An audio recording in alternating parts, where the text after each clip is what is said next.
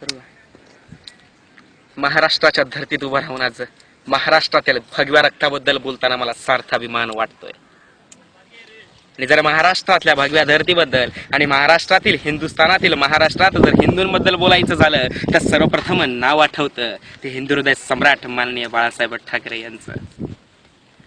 कारण की ज्या बापानं जन्म दिला त्या बापानं फक्त नाव देण्याचं काम केलं, पण ज्या बापानं या महाराष्ट्रात राहून या हिंदुस्थानात राहून मी हिंदूच नाही तर या हिंदुस्थानाचा एक असा घटक आहे की माझ्या शरीरातील लाल रक्त वाढवण्यास मला काही तकदीर नाही, पण माझ्या हृदयातील भगवं रक्त वाढवण्यासाठी मी झटणार आयुष्यभर हिंदू हृदय सम्राट म्हणून राहील. म्हणून त्या बाळासाहेब ठाकरेंना मानाचा मुद्रा.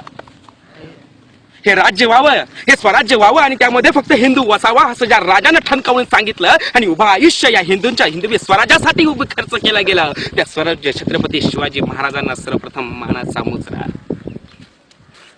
ज्या मायका लालानं भारताची राज्यघटना लिहिली तो दलित राजा बाबासाहेब आंबेडकरांना पहिल्यांदा मानाचा मुजरा.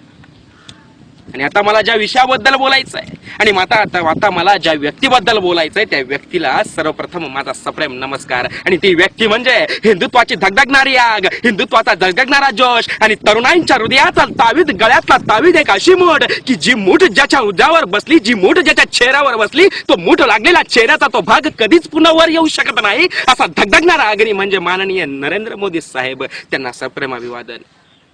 एक काळ असा होता की या काळामध्ये हे हिंदुस्थान फक्त हिंदूंचं असं गरजलं जायचं, पण एवढांचं राज्य आलं आणि मुश्किल झाली. अरे माझा हिंदू हिंदुस्थानात जगेल का, माझ्या हिंदुस्थानातील हिंदूंना सुरक्षितता आहे का. पण त्याच हजारो वर्षानंतर पुन्हा एकदा हिंदूंचा एक असा अवलिया जन्माला आला की या महाराष्ट्रात, या राज्यात, या देशात मी हिंदूच आहे. मला गर्व नाही तर नुसता माज चढला हिंदू असल्याचा हे सांगण्यात ज्यांनी प्रेरित केलं ते म्हणजे नरेंद्र मोदी. अरे सगळी जनता म्हणते दिल्लीतलं सरकार बदललं गेलं, सगळे म्हणतात दिल्लीमध्ये आप आहे, जो उठतो तो म्हणतो दिल्लीमध्ये आप आहे, दिल्लीमध्ये आप आहे. अरे लांडग्यांना मला सांगायचं तर दिल्लीमध्ये आप आहे तर मी ठणकावूनच सांगतो गुजरातमध्ये जाऊन पहा तुमचा सगळ्यांचा बाप आहे, तुमचा सगळ्यांचा बाप आहे.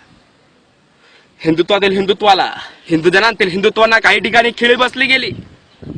अरे उभे मुसलमान खासदार जाळले गेले कारण की माझं हिंदुत्व जपलं गेलं पाहिजे, माझ्या हिंदुस्थानात फक्त हिंदूंना मान भेटला पाहिजे. आणि त्या अवलियानं गुजरात निर्माण केला. गुजरातमध्ये फक्त हिंदूंचं राज्य येऊन उभं केलं गेलं. जर स्वतःचा राज्य बनवणारा माणसाने जर स्वतःचं राज्य देशासमोर विकसित करून ठेवलं असेल तर तो माणूस स्वतःचा हिंदुस्थान घडवू शकतो.